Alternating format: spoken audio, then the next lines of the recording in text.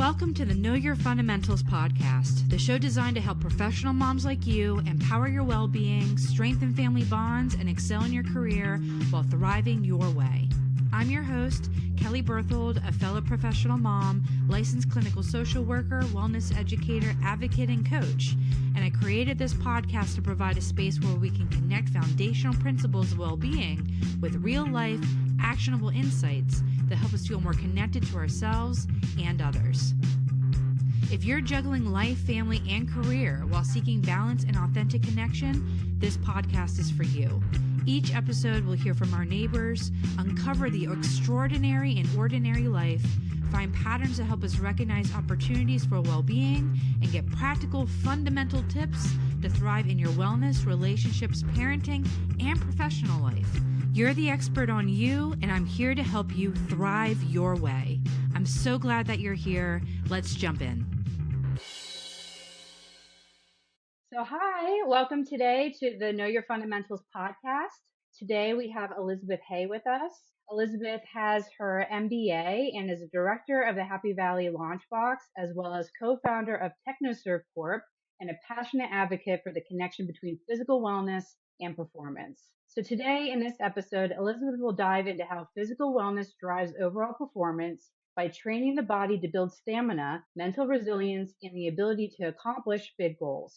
With an MBA from Penn State, master's level yoga instructor and yoga therapist, and plant-based nutrition certified from Cornell, Elizabeth will share how fitness and nutrition can be powerful business strategies for high achievers and entrepreneurs. So welcome today, Elizabeth. Thanks, Kelly. Thank you so much for having me. Yeah. So just kind of getting into it, but where is it that, right now with all these different backgrounds, right? This is a pretty diverse kind of set of skills and education. Where is it that you apply your passion and your interests into your work right now? Yeah, it's super interesting. I think, one of the things that as I've gone along and worked with so many different entrepreneurs and studied statistics, we know that a lot of athletes actually end up being CEOs of companies. And I think there's a huge connection between the physical training of the body and the ability to perform in work and have some self-motivation and self-drive. And that's totally transferable into entrepreneurship where you're your own manager, right? And so I've used those skills my entire life to sort of help me drive forward and help train my body to build the stamina I need to continue to drive things forward in my family life and my work life and all of those different things. Yeah. So let's catch up even on what is your family life and what are all the roles that you fill right now? Yeah. The things that you do day to day between business and community and family. What does that all look like for you? Yeah, so, my full-time job is the Jack White Family Director of the Happy Valley LaunchBox powered by PNC Bank. That's the full title. But I'm the director of the LaunchBox where I help our teams come through it with early stage ideas and de-risk those ideas through coaching and accelerator programming. We're also a co-working space here in downtown State College. And so I get to interact with entrepreneurs all day.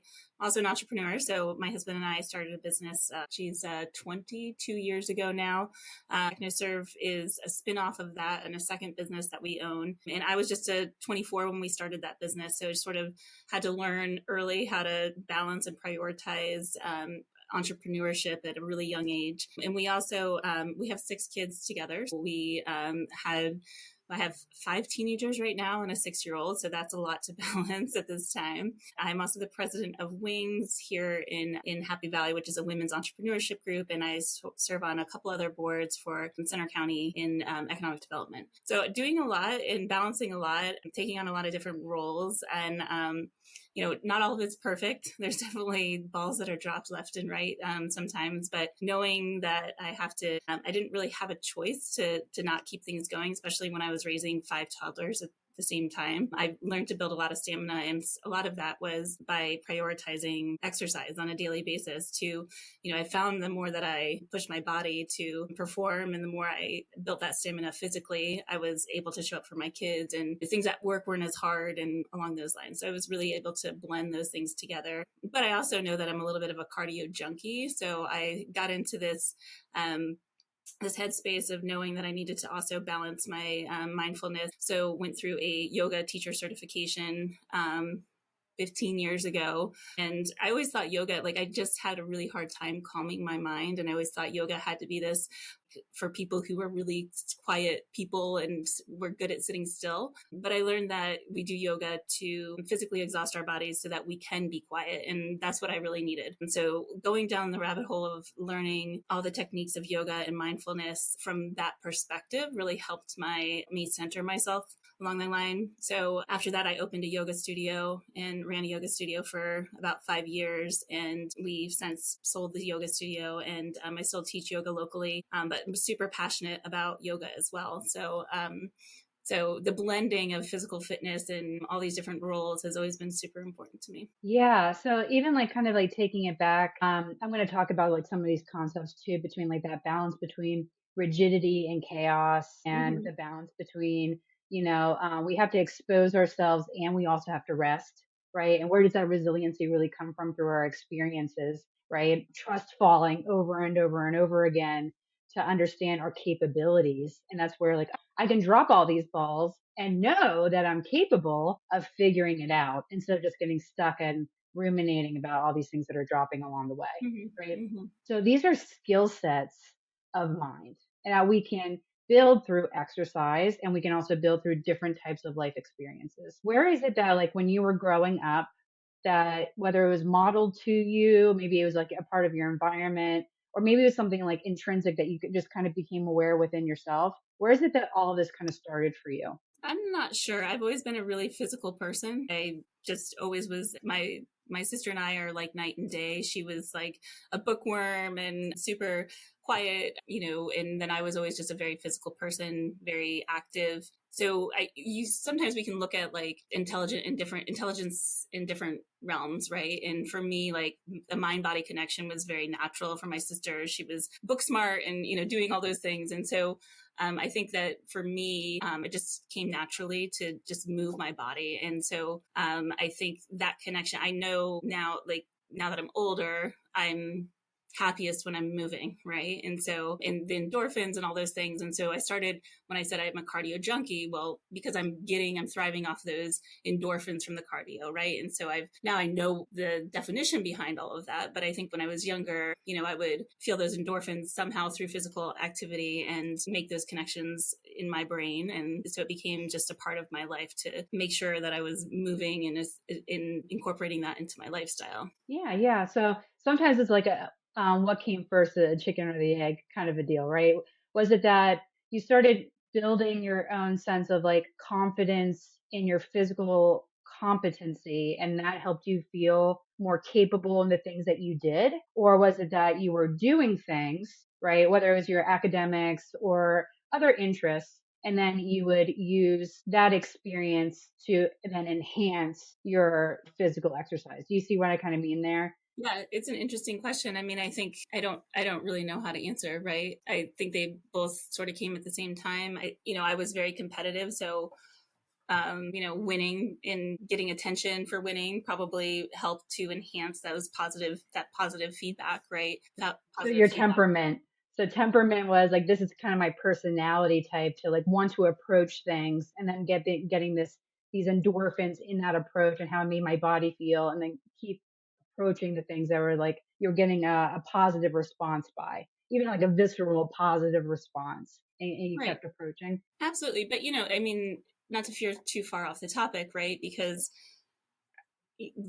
as I would increase my ability to my performance was always linked to physical activity, right? And so I was competing and I was winning, and then I was becoming, asked to lead the group then, right? Now you're the captain of the team, or you're seen as a leader in the school because you're getting recognized and those kind of things, right? And so, I do think that we look towards athletes or as leaders, right? And there's a tie there between being able to physically perform and being able to translate that into the work that we do. People start to look at those as leaders in different ways, and that's not always the case. But in my case, that's it helped to where I might not have been the smartest kid in the class, right? It helped me to gain leadership recognition and then move into different roles, throughout my youth, that helped me to gain confidence in different ways to see that, like, okay, it's not just, physical activity. Now I'm the vice president of the senior class and like all these different things, right? So I do think that it translated into helping to shape like, okay, I can do these things, right? Build confidence and show that, you can move forward in different ways too. Yeah, absolutely. So, and I think, when I am working with kids, a lot of it is like find the thing that you are right now passionate about and just keep approaching that and building the confidence in yourself. And this isn't just for kids, it's also for like anybody, right? Find the thing that you feel really, really passionate about, lean into that. And then the things that you learn through that process, you then can adapt in all these other areas of your life. It's not just this, right? We don't have to like pigeonhole ourselves into, well, I'm Elizabeth and I'm only good at, I'll say track since you didn't communicate what the sport was that maybe you were really good at. Or maybe you were really good at every sport, right? But I was really, really good at this sport. And now instead of just feeling like, well, once that sport ends in high school or the Olympics, if I even get that far, who am I beyond that? It's like, I'm all these capabilities. I'm all these other things that I've learned through the process. And where do I allow that to be sprinkled into all these other areas and allow for growth and also success and fulfillment, right? So where is it that you stopped being a competitive athlete? Yeah, I think that's an excellent point, right? Because now if you look at all the different things I'm involved in, it's just, I've always lived my life as like, okay, I want to do that. I'm going to do it. Right. And so I want to, explore that thing. And I think to your point, what you just said is, you learn to sort of get good at this one thing and then you can transfer those same skill sets towards other things. So, I think it was probably during motherhood, right? Like having the baby and like all of a sudden, like, now you got to care for this other person and take care of this other person. And that was probably the point where like, it was apparent to me that like, that wasn't, just athlete, now my physical stamina had to be getting up in the middle of the night. My first child was actually born with a major birth defect, which just totally took a lot out of me and taught me a lot about self-sacrifice. But I think the same skill sets that I had like applied to building stamina, and you just have to, get up and face the things that are hard, right? And do the hard things. And I think some of that, I'm glad that I had those experiences when I was younger to help me through those times, right? And I continue to put myself in those positions to have those experiences. I don't want to run 10 miles. I don't want to run uphill, but I do it because I know that it's going to teach me something. And when I do it, I feel great afterwards. Nobody ever runs like afterwards, like, oh, that was really shitty. I wish I didn't do that. But you do it because you're going to learn something from it. Yeah, absolutely. So like being able to approach things that are uncomfortable and maybe even the unknown is difficult. And if we embrace the things that we do know and also like our prior life experience and remember that those can be assets in approaching the unknown and even getting over new hurdles and constantly growing. And that's the thing about yoga too, right? It's like you're never like an expert. You haven't ever just hit a pinnacle. And that's with a lot of different mindfulness practices. Beginner's mind is a thing of like thinking about that you're constantly learning and there's never a destination. So where is it that I can apply the information and this learning from where I have been to where I want to go? And having a curiosity about that to reinforce the journey, right? And that it's not about that destination. Totally. It sounds like you're just really curious about what else is here. And you lean into that with your attitudes and your perceptions to get to wherever else that's going to go, right? Yeah, totally. I was just talking to my son yesterday. It was wintertime and I wasn't outside running as much. And so like right now, I probably could run a marathon if I wanted, but it would be painful. So I like started training again. And he's like, well, what race are you doing? And I'm like, I'm not going to do a race. Like, I just want to be able to have that in my back pocket. Like, oh yeah, I can get out and run 26.2 miles at any time, right? I just want to have that in my toolbox, right? I want to know that I have that much stamina. I use a Apple Watch to track like my sleep and all these different things. And as soon as I start running again, I can see my heart rate going, variability going lower. I have like much better sleep and everything. And I just want to, like, I train just to have those experiences, and I want to be good at that. Like, I want to be able to do that, not because I'm trying to accomplish some race or some goal. I just, like, for me, it's really important to be physically fit enough to like be able to maintain that level of fitness. And doing it for yourself, right? It's not an external motivator. This is an internal motivator. And it's something that you keep coming back to. Yeah. Yeah. So bringing all of that kind of in, like these perceptions and these attitudes, and leaning into like, I understand what this pain is communicating to me, and not feeling like I'm being bogged down by it, but instead it's like a learning thing, right? These are attitudes of seeing what, dialectically, right? That things can coexist together. I can be in agonizing pain running this 18th mile, and I still want to go another mile, right? But if we end up having a lot of thought processes that are, I'm not capable, or I'm only doing this because I'm hoping that other people are going to like me or respect me, or I just want the financial reward, or I heard there's a lot of money in it, so that's the only reason why I'm going to do it, right? All these other reasons kind of jump into external motivators can, one, not be very fulfilling for obvious reasons because we're not listening to ourselves, right? And when we can also focus more on the things that are uniquely meaningful to us and trust ourselves to navigate these experiences, they tend to open up paths that become more fulfilling and more obvious. Mm-hmm. So for you, it sounds like you're living kind of your truth day to day, and you're just finding that balance in the world that you're living in.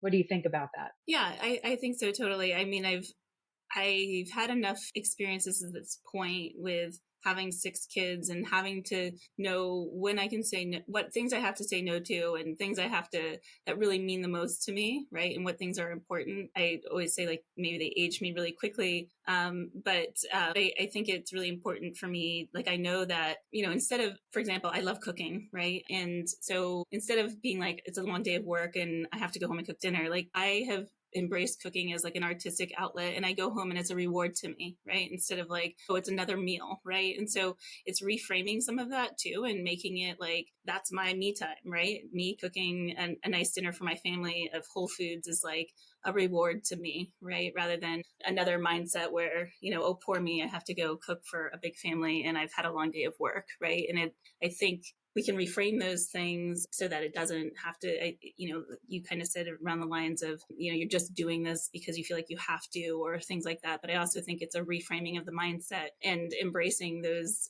the things that, and finding those small joys in the things, you can look at things a little bit differently. Absolutely. So like that gratitude, again, these attitudes, right? That gratitude and attempting to like contribute, right? Like, oh, I'm contributing this thing that I really enjoy and I'm sharing it with my family, right? So, and just one thing, we'll kind of like connect these pieces next into like the business and how you see this to be useful for other entrepreneurs or other like business, even in mindset of how people try to like incorporate these things into their businesses, not just like their individual work. But scientific thing to kind of just add in here is that all human beings have a negativity bias, which means that we automatically, whether you like it or not, will think more negatively than positively. So we are judgmental creatures. That's a part of your biology. You cannot just lobotomy that out of your DNA.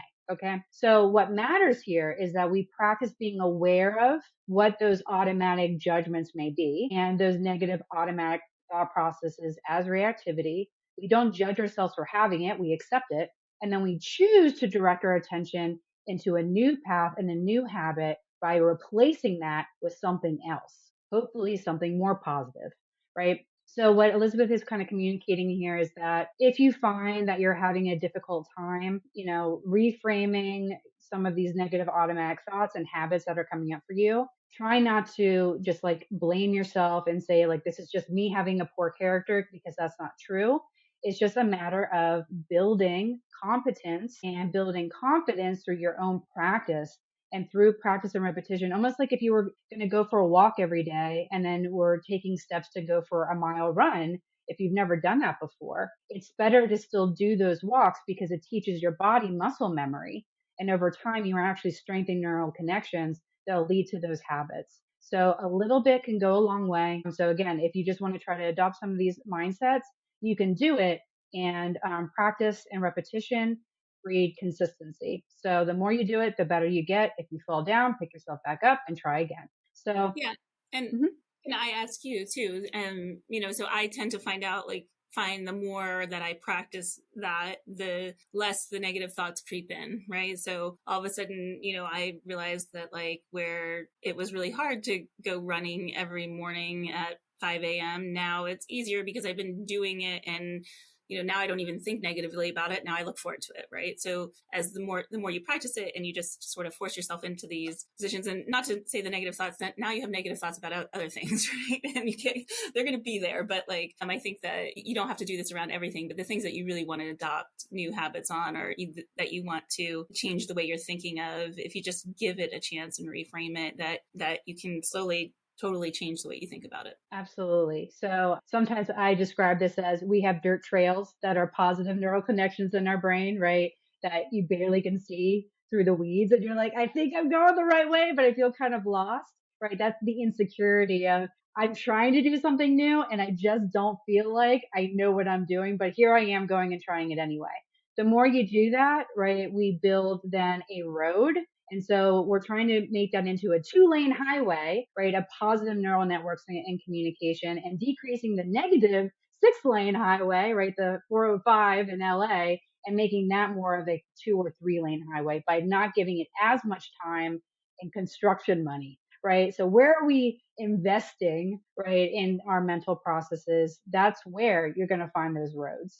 So absolutely. Thanks for sharing that, Elizabeth. So how do you incorporate these mindsets and these perspectives in your work? And where do you find that other professionals do this as well? Yeah, I mean, it's specifically in the work that I do, between working with students who are young, right? And they have ideas and they're ambitious, they have big ideas, but sometimes it's teaching them that they, can't just focus on certain aspects of building an idea forward. There's some other things that they have to do that they don't want to do. Like a lot of them will come in with a technical idea and they're great programmers and they just want to code all day. And I'm like, well, if you can't market this business, nobody's going to know about it. And so you're going to have to learn marketing. And they're like, I don't want to go on social media.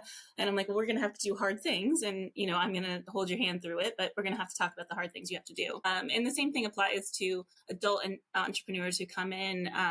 Community entrepreneurs are also able to use our services, and they're a lot easier to work with because they know what's on the line when they start businesses. So they're willing to do more, but we know specifically women entrepreneurs have historically been underrepresented in entrepreneurship. So a lot of times they are nervous to put themselves out there and tell people about what they're working on. And so it's sort of that same drive forward where we have to work on saying, can we do little things at a time to move this idea forward, work on the skill sets of, even though you don't want to do this, we're going to have to do it if we want this business to be successful. So, I mean, what we run is a coaching program, right? And although it's not mental health coaching and physical coaching, a lot of the same concepts apply, right? It's here's mindset, yeah. mindset coaching to help them do and be present in doing the things that they don't feel confident in, and attempting to help support them in building that confidence through just pushing through the discomfort of those experiences. Yeah. And if you look like, say you want to run a 5K, right? You come up with a plan and you start, ticking off those boxes like, okay, Monday I'm going to do this, Tuesday, Wednesday, Thursday. And we do the same thing with our entrepreneurs, right? What do you want to do? You want to make $500,000 in the next year. How are we going to get you there? What are the things you need to do? And then how do we break that down and check off those boxes? And so it's essentially the same thing, right? We're building out a plan, and you got to execute on certain things with stamina, with consistency, to meet your goals. Yeah. And what do you find when you're working with entrepreneurs, including and maybe even especially women entrepreneurs, because that's mostly our audience here for this podcast? Where is it that you find that some of these learning curves happen? That, it's kind of like the anticipation's the worst part, right? It's like, oh, okay, I'm going up this hill, and like it's usually within the first few weeks that hill is the biggest. And then where do you find that things start to level off, or like people start going, oh, okay, I'm feeling a little bit more confident now. I'm feeling a little bit more like I have that internal awareness that I can support myself if someone else isn't necessarily doing that for me. Can you share a little bit of that, about some of that journey that you've witnessed? It's a struggle with female entrepreneurs, more significantly than their male counterparts. The women are wearing the hats at the home. I mean, they're still carrying on a lot of duties at home. And so working with female entrepreneurs and finding that consistency and ability to find the time to execute on the things that need to be done to move the business forward is much different than our experience with working with men. And I think they do get up this hill. They have beautiful, wonderful, great ideas. But when it comes to executing on the things with consistency that need to be executed on and finding the time to do those things, they're not prioritizing them as much as maybe their male counterparts, right? And so I've been working with women entrepreneurs for 7 years now, and I'm trying to figure out how to better coach to this part for women, right? Have a lot of work-life balance issues. They have a lot of different confidence issues. We just ran this women's conference that you were a part of in the fall, and we had all these boards out in the hallway asking, what are the things that they worry about that moving their ideas forward. There was a lot of lack of confidence. There was a lot of, I need people on my team. I need people in my court to help me move forward.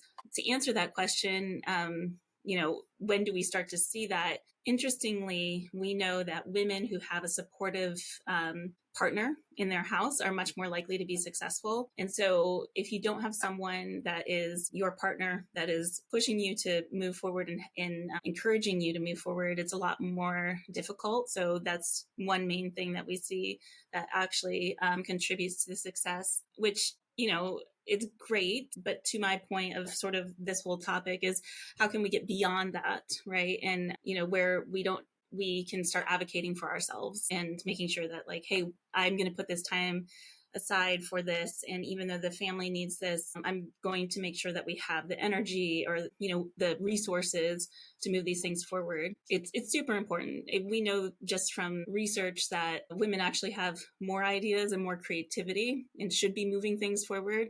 They just don't have the resources and the access to the resources or the support system behind them to move that forward. And so we're not seeing as much action in that space as even though we've been working on this for years, we're still not seeing as much movement for women forward. Yeah. So I think a part of some of the women's empowerment is helping individuals find one to attempt to give permission within themselves to seek external problem solving with family members and say, hey, this is what I would like. This is what I need. And just set that boundary, right? In those kind of conversations. And then the plan B is that doesn't go so well. Then what am I going to do? Because this is still important to me, right? So I can do both. I can attempt to focus on having productive conversations that can be effective for me to get that need met. And even the hurdle of recognizing that it can feel terrifying, even with the people that we're closest to talk about something that is so meaningful to us, because if they don't accept it, then what happens, right? So even approaching those fears in the most understanding of environments sometimes, those are first steps, right? How do I have this conversation? How do I just get over that fear? And where's my backup? Because this is still important to me. And how am I going to find time to make this work? It's kind of like, doctors and medications, right? Medications are mostly first tested on who? Men, right? And then what we find generally internationally is that there's not just in the medical model, but women's needs are not the same as what has become the model of helping entrepreneurs or helping individuals with medical needs, or it doesn't matter what it is. There's a male model and women aren't necessarily prioritized in fitting in that model. And then what happens? It just doesn't work, right? So it is a little bit of having to reinvent the wheel because the wheel doesn't exist. Right.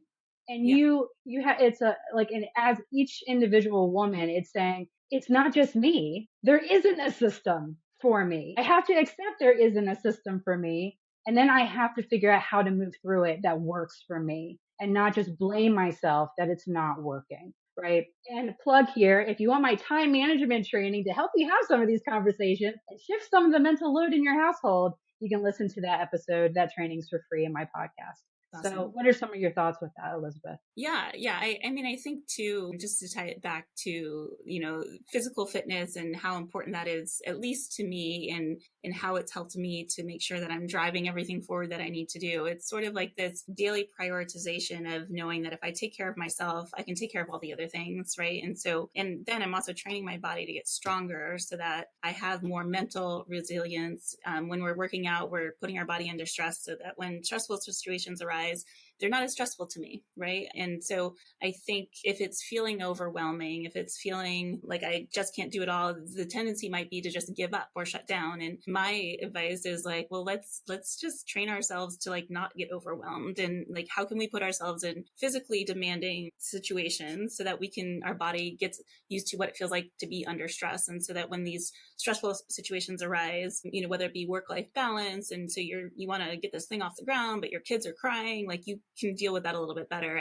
I really feel like that those things sort of intersect. And I think as women, we can slowly get to training ourselves to handle some of those things better, to build the stamina so that we can do one more thing during the day. And not to say that we need more to do. If sometimes that's what we have to do if we're not getting the support that we need to do, and we really are passionate about getting things off the ground, or know that we're not doing what we need to do to move the thing forward. Yeah. So effectively is doing what is needed for the situation that you're in, not the situation you wish you were in, not the situation that'd be more fair, not the situation that's more comfortable. I'm being effective because this is what's important. I'm prioritizing it. And I'm also knowing how overwhelming it is to like balance this with all my different needs. And nevertheless, this is what is. This is the reality, right? So what you're describing here too is expanding your window of tolerance. So where is it that my threshold with certain things becomes overwhelming and my body just taps out? And where is it that becomes underwhelming and it taps out, right? So we can expand our window of tolerance through things like tending to our basic needs, like physical exercise, nutrition, hydration, our sleep needs, right? So when you're doing things that are basic human needs and you're strengthening, right, your body, it will be a byproduct that you will feel more confident and capable and have an expanded window in other areas as well. Absolutely. Absolutely. And that's one thing we didn't touch on either, was nutrition and how that plays a part in it. But it's just this holistic approach to building your body to be this vessel that's going to serve you well. And so from whatever you put into it and how you take care of it, that translates into the work that you do, right? And the output that it gives you. And so I think paying attention to those things, and it took me a while to understand, like, okay, I can't eat that. My body just doesn't go well with my body, right? And it makes me feel this way. And so I'm just not going to do that. And just being really mindful and tuning into those things so that I can perform at a level that I want to perform at, so that I can be present for my family. And so I can do the things like I want to experience all life has to offer, right? I want to do all the things. And sometimes people get sort of annoyed with me because I want to do all the things. I take my kids on adventures all the time. Like, one of mom's adventures, we're going to go hike this thing. And they're like, but like, I want to be that energetic mom that like has those experiences, and so, doing all those things to make sure that like I can do that. In this hot longevity topic right now, I'm all about it. Like, how can we have these bodies that last as long as possible? Because I don't want to be old and like frail, and I want to be an interactive grandmother to my many grandchildren I'm going to have. Even though my husband says kids aren't going to have kids anymore when they're older, but what we do every day is going to translate how we do how our future is going to look for us. So I think it's really important to be paying attention to those things. And it's not going to be perfect. I eat junk food still, and I watch TV, and I binge watch Netflix sometimes. I mean, yes, those things happen, but in general, trying to pay attention to those things. Yeah, but it's all about balance, right? So, and again, like that resiliency allows you to recognize that it's okay to have this and also do this. And you're also modeling through all your own behaviors and your interactions, right? Sometimes the over self-sacrifice, especially with mothers, is, well, I need to do this and be this for all these other people. And who are you? Who are you as a person beyond all that? And you are modeling to your children that when they become parents, they will lose themselves because they think that that is what they're supposed to be doing. So when we model healthy living and we model that we are unique individuals that have contributions that are not just serving other people, we make the world a better place, not a worse place, a better place, right? And our children are learning through osmosis through those experiences, and they will carry it forward, right? So if you want to make a better humanity, right, heed Elizabeth's advice and attempt to see where these things can be possible for you, to take steps that are uncomfortable, but like with muscle, right? You tear it down to build it up, right? So where are you balancing your life and your lifestyle where you're tearing down just enough where you're not exhausting yourself or killing yourself? Totally. And where you're also giving yourself time to recover and strengthen, right? Everything, homeostasis requires balance. and trusting yourself that you can find that balance, and you have to be brave enough to try to figure it out. It's both. Totally. Totally. Yeah. And, my level of homeostasis is going to look different than yours and different than, everybody else's, because I have a unique circumstance. You have a unique circumstance, and whatever is going on. So there's no need to compare to where it's at. It's just understanding, like, every day I'm here to get a little bit better than I was yesterday. Right. And so what can I do today to move forward, whether it be physically, take care of my body, or, pushing myself to learn something new or do something, build something, make something, right? It's just every day getting a little bit better at something, right? And intrinsically for yourself, right? It's not for anybody else. It's for you, Totally. right? Yeah. So just kind of like wrapping up some of these like concepts together. Where is it that when you think about balancing your lifestyle, right? So you're finding a way to balance a number of jobs, right? A number of these roles, right? And 6 kids in different, developmental stages of their own lives. And you're balancing your health and your well-being, and you have time to cook dinner, right?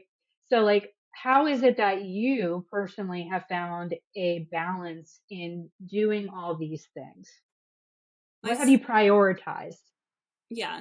I think, the first thing I take care of in the morning is myself, right? So I get up early and I exercise. I have time. If I don't get that time in the morning to myself, I might be grumpy. So I make sure that it happens, right? I usually exercise in the morning, and that's really important to me, that I exercise every day. I mean, it's every day, which is, I'm really fortunate. My husband is completely supportive of that for each other. We're like, if you didn't exercise today, don't come around me. So, but that's super important to me. But also, like, my family is super, super important to me. So if you've been around the LaunchBox, you might have seen my kids here. They're super involved in my work life. Before I worked here, we've always run our business. So they've always been involved in our businesses. So, we work a lot, and we're always working. We just got back from vacation and we're working during vacation. I'm not that type of person that like turns off my email or doesn't connect, but my kids are always around, they're always like involved, and they're always a part of that. And I will, because I'm working on the weekends, I don't feel badly, taking, the 2-hour delay. And there's nothing wrong with like having pancakes on a 2-hour delay morning and putting that time aside, because I'll catch up on that stuff when I'm bored, right? Or on the weekend or whatever. So just making that space to make things work with the way it best fits me, not saying like putting hard stops on like, I don't answer emails on the weekends, or I don't do this after 5. Just whenever it happens, right? And so if my kids need me in the middle of the day, I'll drop everything to be there for them. If work needs me, I'm going to drop everything to be there for work. And so it's just finding that balance of allowing it all to happen. Feels comfortable for me. Now, I also grew up, my dad was an entrepreneur too. And that's just sort of how like, I've always seen things. My husband's father was an entrepreneur. We're entrepreneurs. So it's always just like, we put out fires when the fires happen, but our family is always just like there, right? And I don't think we're damaging the kids too much. I'll let you know. So far, they're all still alive and, doing good things. So yeah. Yeah. So like integrating, right? So having the ability to like trust yourself to integrate all these things, and that if you knew that something wasn't going well in that moment, you would deal with it, rather than feeling like you are not present in that moment to moment, and you feel like things are not going well because you're blocking it, or you're avoiding it, or you're amplifying it. It's like, no, this is what it is, and I'll deal with it, and then I'll keep moving on. Right. So just taking things as they come, and you're integrating life in ways that, again, intrinsically, are working for you. Yeah. Yeah, totally. I mean, I get stressed out if I start my Monday with emails in my inbox, right? Like, I don't want to do that. I want to start Monday clean, right? With a 0 inbox. So I will answer my emails on the weekends. That's just me. And I respect that other people have different ways that they run their work weeks. But what works for me is like that, things are sort of integrated and balanced, so that Monday, if something happens and a kid gets sick, I'm not behind, right? I think for me, I get more anxiety about being behind, or, not being able to have that time for me, like my week go how I want, where I can get my exercise in because I didn't answer all my emails on the weekends. For me, it's just getting the things done, checking off the list so that everything just flows, just flows. Yeah. Feng Shui.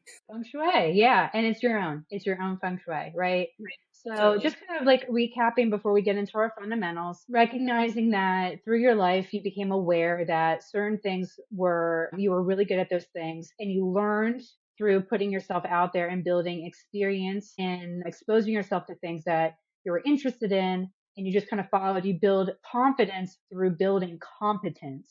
But having to do that means you have to approach things that are uncomfortable. And that's how we get better. And through that life experience, then you were able to kind of like recognize how you could apply those things into other areas of life. And that has allowed you to thrive in your life, your personal life, like your life, your family, your work, your community relationships, and the things that you do because you feel like you're capable and competent of taking things as they come. And when life throws you like curveballs, you'll handle it. You'll figure it out and you'll put out the fire and then you'll keep moving. So a lot of things that you learned is because you're willing to just take things as they're kind of coming and learning from that experience rather than getting hung up by it. It also doesn't sound like you spent a lot of time judging or blaming your character.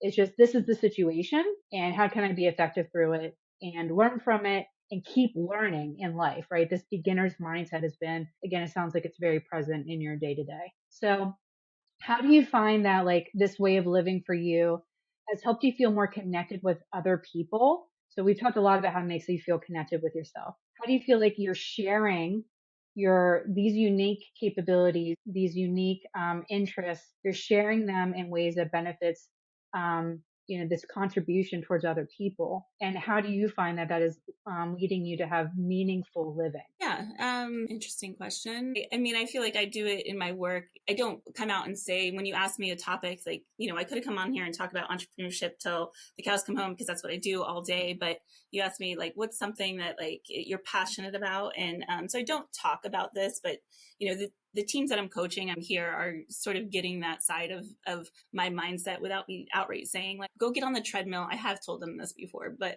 go get on the treadmill and run a miles and then like start to build up that stamina, right? I also bring it to my kids. They know that they have to sort of work really hard to achieve the things that they want to achieve. All our kids are athletes, and that's just something that was important to me and my husband, that they are physically staying active to stay out of trouble, number one, but also, just we are both physical people. So they all stay super busy in sports. So I think it's not something that I come out and say, if you've taken my yoga class, you've probably felt it in your body, because I teach a really hard practice. And I've said it to them, like I teach a really hard practice so that you can lay quiet and rest, because I feel like that clears your mind. So in different ways, I'm, bringing these things, but I'm not coming out and just saying like to the people that I'm interacting with on an everyday, like, I really believe that like, you just need to train your body a little bit harder, and then it'll translate into your work, because it's a hard message to sort of put into like a nice, easy way to translate into the work that I do. However, when we're at the LaunchBox, we're always like, let's set some goals, and then like, I'll hold you accountable. And, then they come in for another meeting and that kind of thing. So, I am constantly working with other people and coaching them, but they just may not know what's driving the way I coach them. Yeah, it's your authenticity though, right? You're being authentic in who you are and you're sharing that, right? Again, like via osmosis by being present with them and you living authentically in those moments and sharing then, right? You're not blocking any part of those things, right? It's just you're communicating with whatever words and it's still translating through, right? So you're sharing yourself authentically in those spaces and you're helping to establish and build some of these mindsets again, without necessarily having a definition of a specific vocabulary word, right? Yeah. Yeah.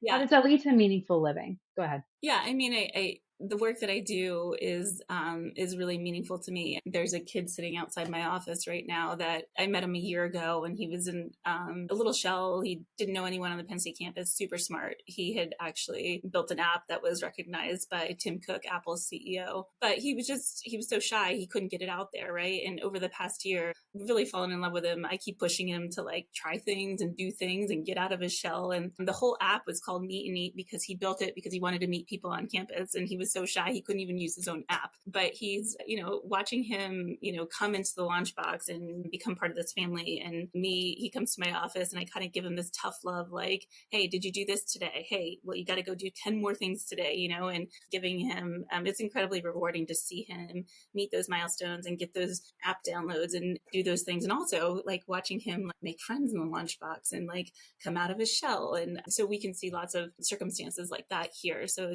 it's super rewarding to be able to see that me pushing him to do things that made him a little bit uncomfortable are translating, and not only just translating to his work life, but also like his overall mental wellness, right?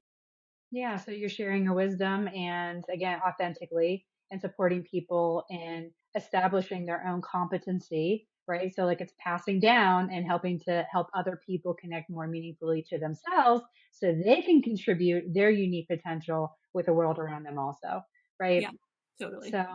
what are your fundamentals, Elizabeth? I think just, making sure that you're every day trying to push yourself to be, not push, maybe the wrong word, but try to be a better version of yourself every day, right? And that's not just, mentally, that's physically and holistically, and I was yesterday doing hill sprints on the treadmill, which are like, why would anybody do that? And I just kept thinking like, something good's going to come out of this. Like I'm learning something. I mean, I know there's something, right? So it's just this whole idea of, I could have said this sucks in my head, but I was like, I'm learning something, right? I'm becoming a stronger person. So I think, making sure that you're, sort of pushing yourself to see that that's what you're capable of, right? And you'll never know if you don't try, right? I think it's definitely worth trying because we get this one life on earth and like we should experience it in the fullest that we can. And I really believe that like if we want to do something, we shouldn't be too scared to do it because we don't feel like we have the resources or that we're not smart enough, strong enough, whatever. I think we can build those skills, and I think we can do that by first tapping into our own physical stamina and strength, and then looking outside of that. Okay, if I could do this, I can probably figure out a way to find the money. I could probably figure out the way to do this, right? And so leave no stone unturned. If you're really interested in pursuing something, I think like we can figure it out, right? Like there's a way. And we start by just like tapping into our own self through physical training and just looking at our own mindset. Yeah. Fake it until you make it. And Nike slogan, just do it. Right? Don't think about it, just do it, right? And totally. See what happens after that. Yeah. So if you have to army crawl to get into like that next door, then army crawl, right? It's fine. Like do what you need to do, because if it's meaningful to you, what are you losing by not doing it? Yeah. What is the quote that you would like to share today? Yes, the quote that I'd like to share, I sort of alluded to it earlier in the podcast, is the way you do anything is the way you do everything. And I think I tell my kids this all the time, especially I'm like in that age where the kids are like writing emails for like job interviews. And I'm like, why would you write an email that looks like that? They're going to, think that you're incapable, so just those things translate into everything. But like I said, I was on the treadmill doing these hill sprints and I'm like, well, if I could totally dog it on these hill sprints, nobody's watching me, right? Or I could quit now, it sucks, but I'm going to do it because I know that like it's going to teach me something. It's going to teach me to like work harder at something, or it's going to teach me that when somebody's going to come into my office and my heart's going to start pounding because they're doing something, and somehow this is going to translate into something. So I'm just going to do it, right? So, the way you do anything is the way you're going to do everything. And so I always choose to like, well, I don't always, obviously I definitely dog it sometimes, but I like to think that I would choose most of the time to do things to the fullest and push myself out of my comfort zone so that those things would translate into future successes. Yeah. Thank you for sharing that, Elizabeth. So thank you for joining us today. That's it for our episode. And yeah, again, I have a time management training for professional moms. If that's a way for you to start thinking about and considering how your time right now and how you view your time. Maybe there's some room for shifts in delegation around the household, or changing up relationships a little bit. Maybe there's a little bit too much social norms happening, and maybe there could be a little bit of experimentation to see if there's opportunities for something else. So go ahead and check that out. That will continue to be available for free on YouTube and Spotify via video. It's a whole presentation, or you can listen to it wherever you get your podcast. So thank you again, Elizabeth, for joining us. Yes, thank you, Kelly. Thank you for listening to the Know Your Fundamentals podcast. I hope this episode gave you some valuable tools and helped you feel more connected to yourself and others. Get more life, family, and career fundamentals when you follow Know Your Fundamentals on social media, including Instagram and YouTube. You can also join the Fundamentals Life, Family, and Career Wellness Facebook group. There you'll get access to live trainings, helpful resources, Q&As with our guests, and professional mom community that's here to support you in thriving your way. I'm cheering you on, and I hope to hear from you soon.